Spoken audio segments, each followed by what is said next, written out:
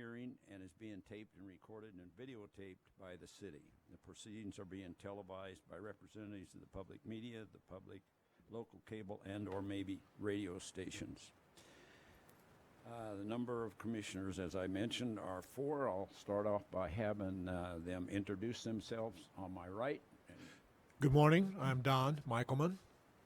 Morning. My name is Mel Roop. Ken Mabarak. Ted Gambogi. Okay, if in fact any of you in the audience has cell phones with you today, please turn them off and speak slowly and clearly so the recording secretary can get your information. We also have this morning Mr. Worley, Planning Manager, Bryn Stotler, Community Development Director, and Tammy DeWitt, Community Planner. And is our attorney here this morning? No. Well, we also have 2 council members with us this morning, Phil Good and Steve Shiska. Did I get close, Steve? You got close. Okay. Okie doke. We will get going with the regular agenda. And the first item is approval of the January 9th, 2020 meeting minutes. Are there any additions or corrections? Yes, ma'am. Thank you. I had a couple minor additions to the very end of the discussion on the Rosser Street project, where it summarized, I was asked to summarize the reason I voted nay on the project. And we have some revised wording. How do you want to? I've got copies of it if you want. Yeah, I will present the revised copy to Vice Chair Marshall at the end of the meeting, and those will get recorded. Typed it up. The wording that said Commissioner Roop explained the vote against and it talked about the compatibility with the surrounding area and the smaller units. I wanted to just make some minor changes because it gave the impression that the only reason I was voting against it was because the units were small. And that was not the case. That wouldn't be an appropriate reason to vote against a zone change, obviously. So I wanted to clarify it that it was the compatibility with regard to the zoning, as well as the smaller units and the fact that they're rental units, which is part of the whole zoning picture. So that's the change that she's made. I did review that with Kaylee this morning. Oh, okay, good. So, can I hear a motion? Move to approve the minutes. Second? Okay, a motion has been made and seconded. All in favor, say aye and raise your right hand. Aye. Aye. Okay, the motion carried unanimously. Okay, our second item, Tammy, are you presenting this morning? Yes, sir. Thank you. Good morning, Chairman, members of the Commission. Tammy DeWitt, Community Planner with the City of Prescott. Before you is a proposed comprehensive sign plan for the Burmester Building located at 120 West Gurley Street. What was in the package was 3 proposed wall mount signs for the building for a total of 108.6 square feet.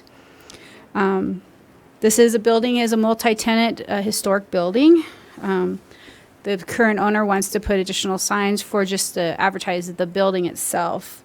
Unlike we saw over at Bashford Courts, they wanted to put what type of businesses in there. For this proposal, it's just identifying the building. So the first sign would be on the front. This isn't coming in very well. There we go. This proposed sign would be 42 square feet. It'd go on top of the awning. It's internally illuminated, similar to what was approved over on Bashford Courts. Here's on the back of the building, they're proposing this sign here on the back of the building be 33.3 square feet. It'd be non-illuminated identification sign. And then the other sign they're proposing is on the side of the building, viewable from the courthouse. That one will be 33.3 square feet. And then when staff went out well, actually, here's some pictures that show from the corner of from the courthouse plaza, the intersection, to show that corner of the building where they're proposing the side sign. And here's another close-up picture. So that's basically the only area that's going to be visible. If someone's driving down the street, that sign will not be visible. And I wasn't willing to take a picture from the street because it was very busy and I like my life, so. On the back of the building, this sign has been erected since the sign package was presented to staff. This sign is 11.25 square feet. In talking to the applicant, since the packets were created, the applicant they are going to be asking to add this to the request, which will add an additional 11.25 square feet, which would be a total of 119.85 square feet. This is a more close-up picture. Currently, this is only an exit out of the building. Our understanding is they're going to be changing this to become an entry into the building, hence why they wanted to mark this is for the Burmester, similar to over here we have for Bashford Court. This was presented to the Historic Preservation Commission on December 13th, 2019. They unanimously approved the application. The only sign that was not part of that was this sign over the back door. Like I said, this came in later. That wasn't noted until we went out and took pictures. So they do have some options for the commission. You can approve the package as presented. You can amend it, or you can add conditions to it. So there are some flexibility of what you can approve. The applicant and the property owner are here to answer any questions. And that concludes my presentation. I'm free to answer any questions you have. I have a couple of questions. One, a compliment was when I went through this, I was counting 4 signs, not 3 signs. Could you put the photo of the back wall up? That's existing now. So that, is that a Rough Rider? Yeah, Teddy, yes. that's on the wall now. Yes, so they're proposing to put the sign up here. So as I count it, the front sign is 42 square feet, Yes, and then the east and north, or east and back, are 33.3 each. And Yes. that gave us the 108.33 that we talked about in the proposal.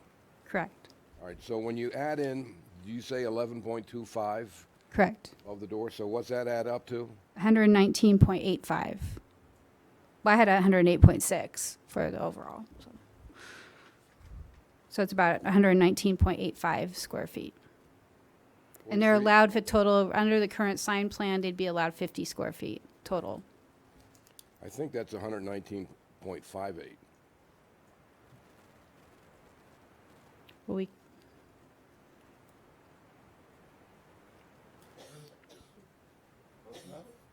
Okay, thank you. Mel? Just a couple of quick ones.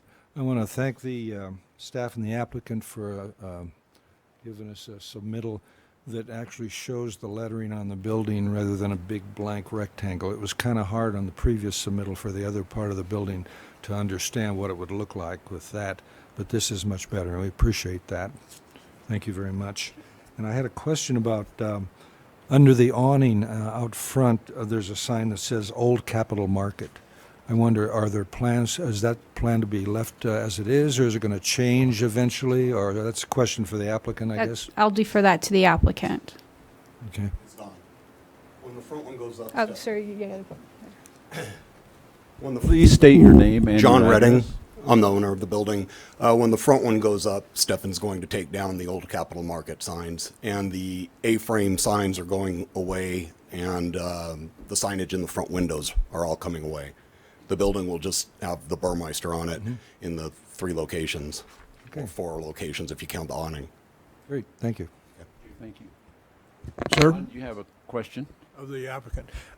Mine's more of a curiosity question. On the sign on the side of the building, you really can't see that from the street, and you shouldn't be really looking for signs when you're driving down the street. Right. To see it you almost have to be standing in front of the building where you're already going to have a sign. I'm just curious why an additional sign over there that's not really that visible for the public. It's an homage back to the getting the old white lettering on the red brick is what we were going for, and it is visible from the corner of the square and over on Cortez, over by Bill's Pizza and areas over there. So we just wanted, after traveling to other cities and seeing that, and there's still some on the buildings around downtown that have faded. We just liked that look. We're trying to bring back the old. That's why we're bringing back the Burmeister name instead of Prescott Plaza, Old Capitol Market, the Spice Traveler building. It's got all these names that no. So we're just trying to label it so that everybody is clear, and all the businesses are going to use this as the point of reference as their marketing. And the two signs in the back, one is basically the big one to advertise, and the little one is say, "Here's my door." Right. The one over the awning was just a replacement. I think that's where it slipped through the cracks. Another sign company did it. It used to say Prescott Plaza on a canopy on a fabric, and I had it redone in metal and with the Burmeister on it, and that was done last October, November. And then the one up top, yeah, probably just to take advantage of, I think, with that new hotel going in on South Montezuma, as people walk from the hotel to the square, we are going to open that back door and use it as a regular opening like Bashford does. And we've got that restaurant going up on top, so we're going to need more access points. Okay, thank you. You got it. Any other questions, commissioners? I have. Ken? All right. It's great. I mean, it's simple, it's clean, it's easy to understand. I'm an anti-sign guy. The only concern I have is creeping signage. I'm worried that next year you're going to come in with your tenants on the building. So I'm just saying, it wouldn't matter what you said. I've managed buildings, and I know the tenants will beat you up and say, well, go get us some more signs. What happens fingers if crossed. and when that happens and you're gone? Oh, From the city's perspective, how do we deal with that? tell them no. It's clearly understood with everybody in there. The clutter of signage was one of my biggest issues. Good for you. Getting it cleaned up, and also the tenants all agree it wasn't a fight.